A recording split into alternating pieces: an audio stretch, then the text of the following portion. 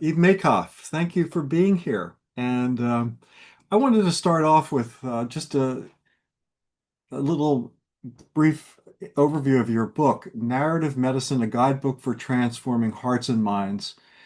It really offers a comprehensive case for narrative medicine workshops through the contributions of 27 women physicians, where you detail workshop models covering themes from birth to end of life themes. So I was wondering what prompted you as one of the co-editors to take on this project?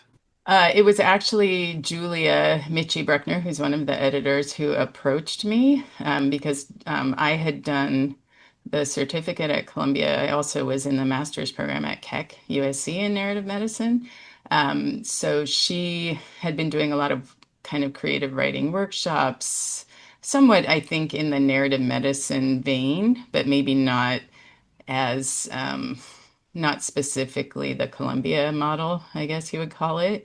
But she, obviously appreciated that model. And we talked about the fact that there wasn't really an accessible guidebook for people who were already doing this work, but who didn't necessarily know enough to want to do a CPA or a master's, or who just couldn't afford it or whatever else, but they were already doing very similar types of workshops. And she thought, and I agreed, that it would be helpful for us to sort of help people understand how to do these workshops. Yeah, there are a lot of people out there that are conducting narrative medicine workshops with no training. Maybe they go to a writing workshop and think, "Yeah, this is pretty easy." You just discuss art and have some discussions, and I think there's probably more to it than that, of course. So this is a really detailed, as you say, Columbia approach to running workshops. I was wondering if you thought that that model um, has room to grow or is constrained by how standardized it is. I feel like it allows, and maybe Rita and others would disagree with me, but I feel like it does allow for interpretation because we all know that a text can be a lot of things. So, whereas we don't always use music or theater or comedy or whatever, we know that we can. So, that's one way that we can expand it. Obviously, with our book, it was hard to include music, it was hard to include, like snippets from a play or anything like that. The place that I'm interested in part because of patients that I've treated, is how do you do these sorts of workshops with people who are less educated, people who don't have English as their first language, and also who aren't comfortable writing. And that's where I've actually written about how I would do research in that area with patients who speak Spanish. But haven't done it yet, and how they would respond using collage or other kinds of art as opposed to writing.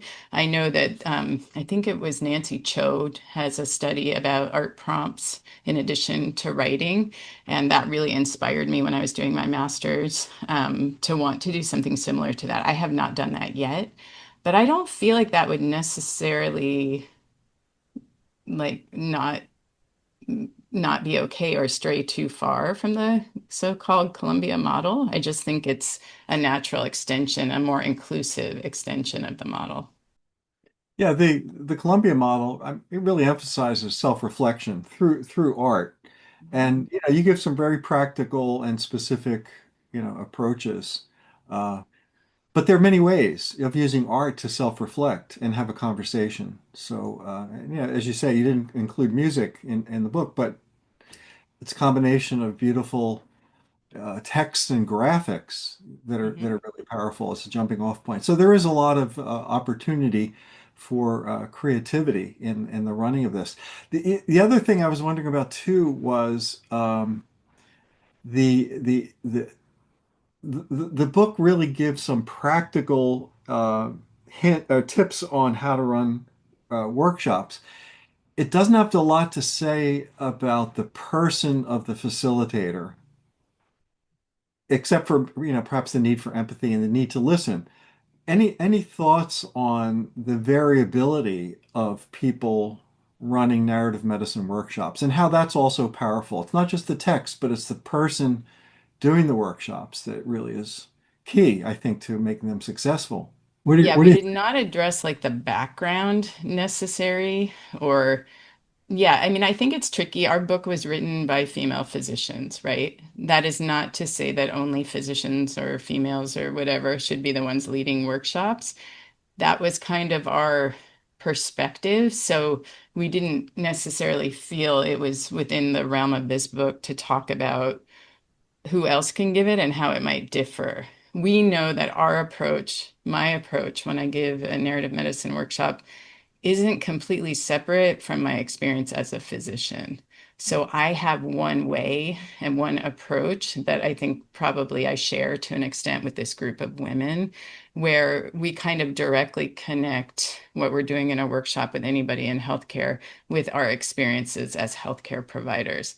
That doesn't say that I've been in workshops that were given by writers, social workers, journalists, whatever. They may have a different approach, a different perspective, but it's not better or worse, right? So I think it felt beyond the scope of this project to really get into that. We do talk about kind of generalities in terms of, community agreements, ground rules, and understanding that some of these topics are going to be harder. Some of the texts that we included are not easy texts, like emotionally, Right. you know, and like to be aware that these can be triggering for people. But yeah, we don't address like anything about the background. I feel like sometimes there's a little bit of um, strife around that. Like, who's the right person to be giving a workshop and who is entitled to give it? And I guess we sort of just didn't want to approach that in this. That wasn't the aim of this book. Yeah, but I think that's an interesting point. And because your book lays out, again, many practical approaches in a very systematic way on all the chapters dealing with the texts. I was wondering if you thought that there was a need for developing standards of practice in the field. That was the first thing I thought of when I read your book. Well, I think that's sort of what we're trying to do, Mhm. honestly, in a low key way, I guess, is say like, yeah, you can do a lot of people will say, yeah, I do narrative medicine.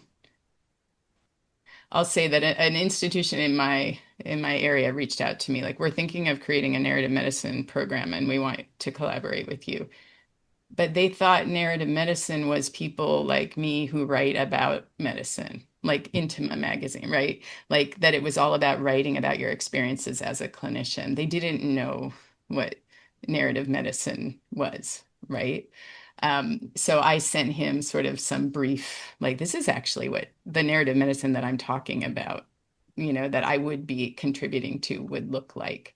So I think that all of us who are trained, it sort of is on us to constantly educate people about what narrative medicine is. And I feel like that's what this book does. Now we know that in terms of like, it was interesting. It came more from Anjali, who's been doing narrative medicine like workshops forever, like longer than I have for sure, longer than she's Julia's mentor, actually. So that's how we got Anjali involved. Um, she had done workshops that some of which were more like reflective writing and things like that, but she also understood that this is the Columbia model. It came more from her, the idea of explaining where the writing prompts might lead people. And I appreciated that. Like it might take people in this direction, it might take them in that. Because I know that sometimes when I'm facilitating, they say, well, what do you mean write about a cave? Like, how am I supposed to write about that? And I've never been in a cave. And, so there's some, especially people in medicine, may be very concrete.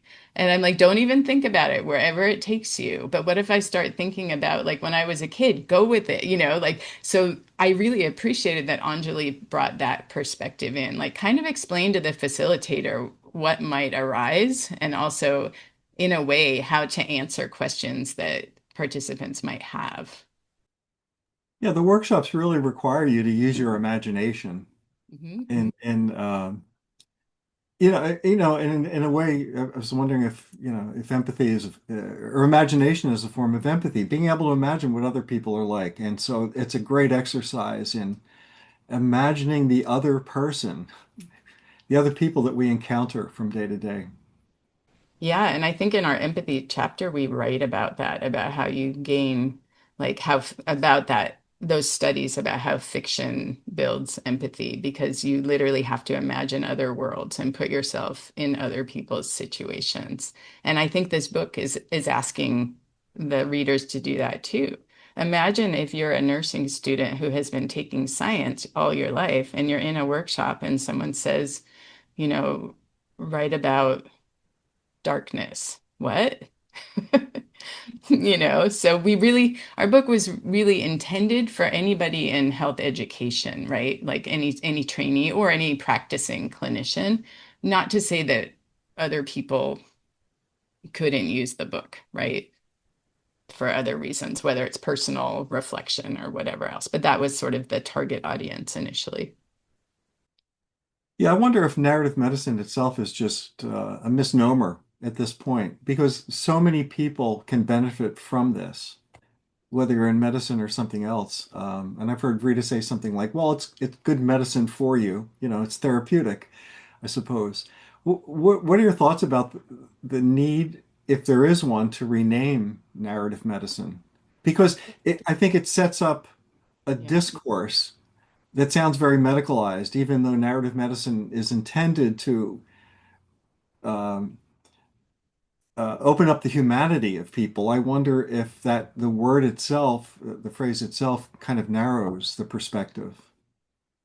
I like it in the sense that it would never have gotten into medical schools or health education if it didn't have that word in it, right? And I think it allows it to identify as an academic endeavor in a way that if it was just narrative practice, that it might not. Now, that said, I think we have all applied it. Somebody asked me if I could lead a narrative medicine like session for immigrants who feel disconnected from their homelands.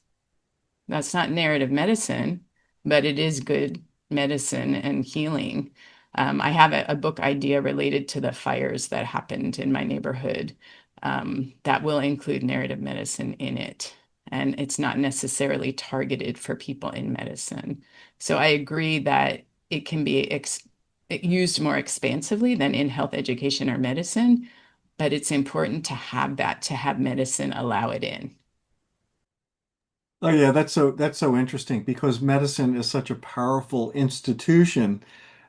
I think you're right. It gets co-opted in other fields. Addictions, I think about a lot.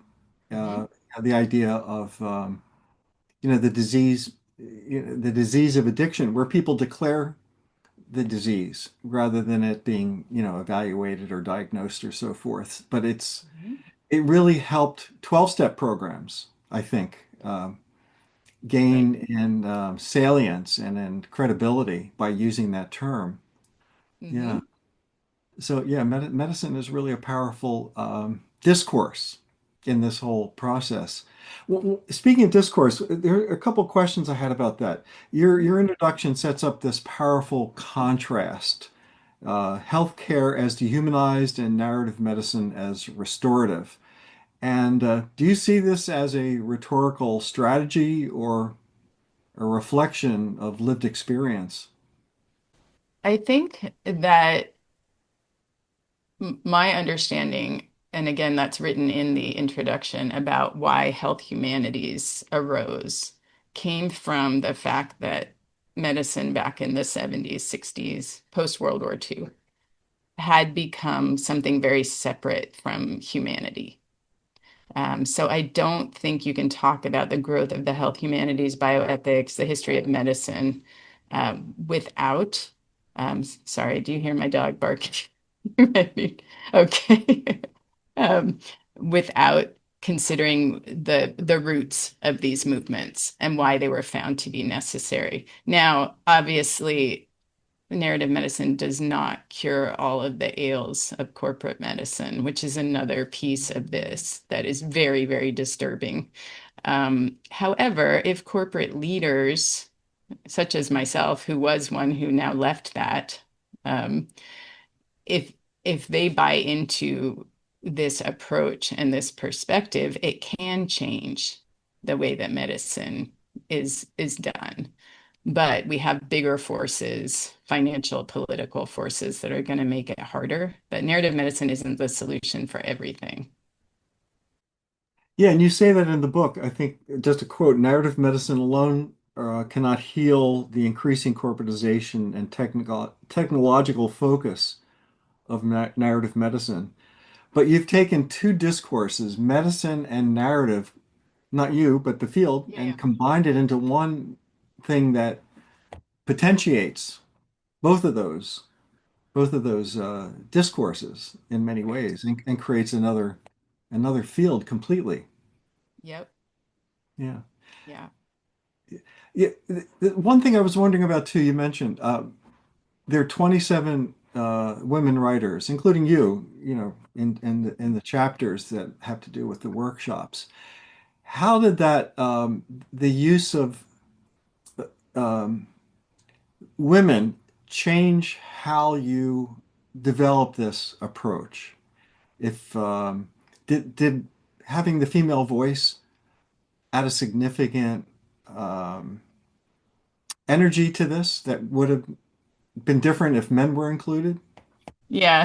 I mean, we had a chapter, Women in Medicine. It's funny. We took it out. We were just like, everything we're talking about is women in medicine because we're all women. So we just decided not to like address it. It really came about holistically because the Facebook group that I created was for female physicians.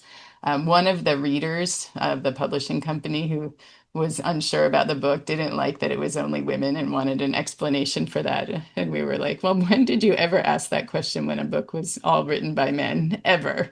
We laughed. It was 1 out of 7 readers, something like that, man. Um, uh, you know, I don't want to get into it too much, but I mean, I do write, and I've been in a lot of writing groups, and I've preferred when they're all women. And since I was one of the editors, I mean, I think sometimes they're just we're not all the same, and there were certainly challenges within this group. Many challenges that we're going to talk about at our next conversation. Um, but I think I'll just leave it at it just made it easier in some ways. Yeah, and I'm aware now that I'm a man asking that question. Yeah. And probably I wouldn't have been asking it quite so much. I'm not sure. Maybe I would, given today, if it was all men. But I wondered how that really, yeah, again, focused Well, the uh, other piece, his and endeavor. I'm Yeah. working on a separate possible book, essay book. And when I entered medical school in 1991 was the first year I think there were as many women in medical school as there were men. And I'm probably on the older side of the contributors, not the oldest, but nearly. But I think all of us, none of us are super young, and I think we've all sort of seen, you know, like the specific changes and challenges in medicine for positive and negative. One of the quotes in your book is from Salman Rushdie, and this is something that I wonder about a lot. He says, "Those who do not have power over the story that dominates their lives, power to retell it, to rethink it, deconstruct it, joke about it, and change it as times change, truly are powerless."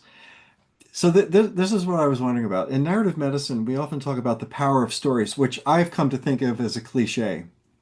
People toss that around like confetti. I agree. Yeah. And I just want to know, like, what is the nature of the power of stories? If indeed there is power, and it's debatable whether stories are powerful for everyone. I so agree with you. I feel like it's just a catchphrase at this point for everything to draw people in. And now I'm sort of numb to it. Anytime I see anything about stories that's not like the moth and narrative medicine that I'm kind of out. I'm like where everybody's talking about the power of stories without really defining what that means. I think it's I think it gets back to what you were saying about the central part of self-reflection in narrative medicine. And the only way to understand yourself is to reflect. And to an extent, and I would even argue with myself saying this, like being able to reflect or doing reflection allows you to make make sense of what has happened to you.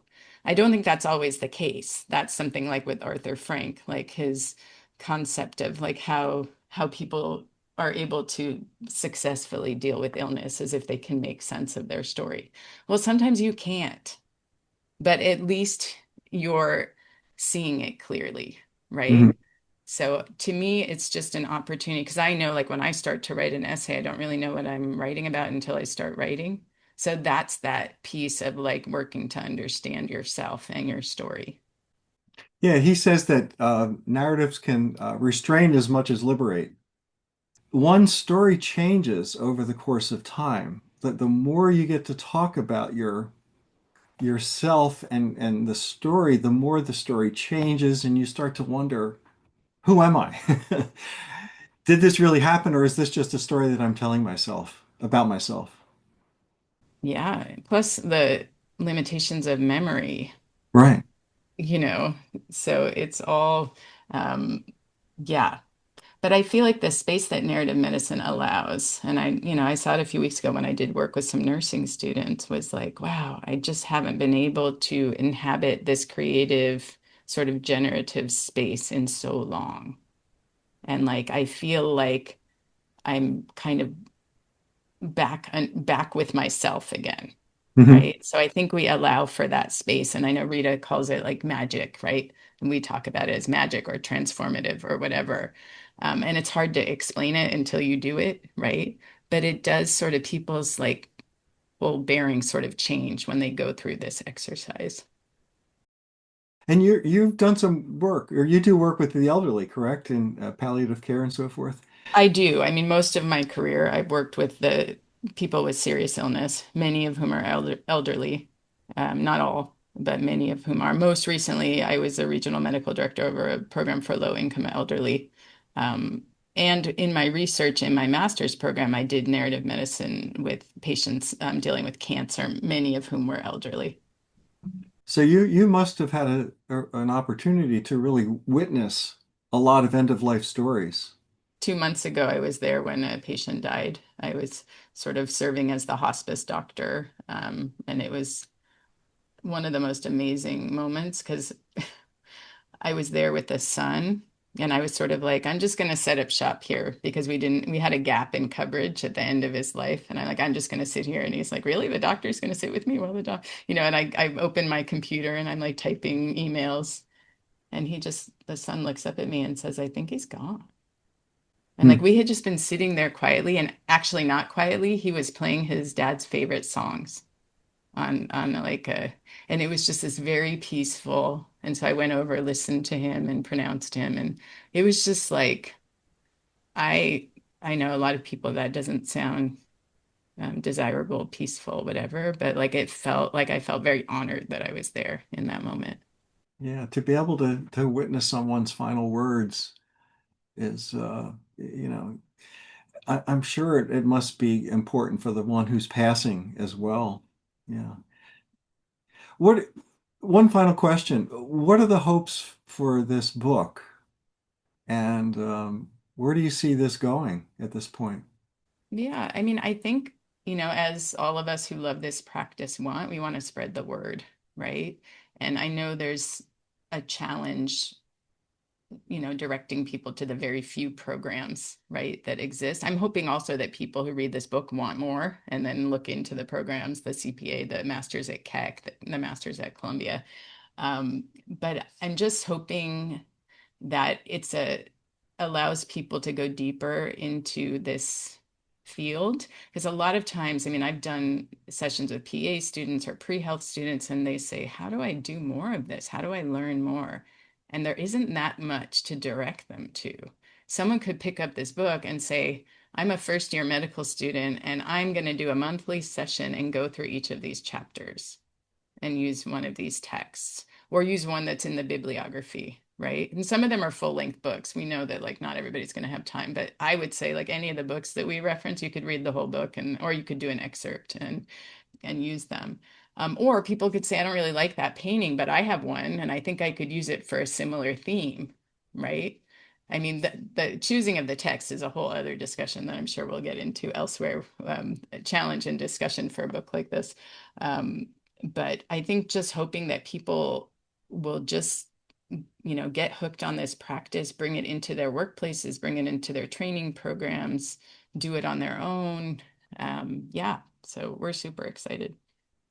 I think there really is a need for it. There really is a need for people who um, are practicing narrative medicine in the spirit of it without having gone through the training, because narrative medicine itself is derivative of so many other practices. It's possible you could have picked up the skills along the way, depending upon what your life experience and education is. You were an English major, right? Like you already know how to close read, but Right. that's not enough, right? For this Right. practice. That's right. The narrative medicine program pulls together many elements that were already out there into this new package, this new format, and so I really appreciate what you've done in terms of just coming up with this training guide. And it's a guide. It's not laws. These are ways to guide people. And so love to talk with you some more about this, Mhm. and really wish you well on the promotion of this book and hope it sells. I'm sure it will. I'm sure it's Yeah. going to find a lot of. Thank you so much for having me. Thank you. Thanks for being here.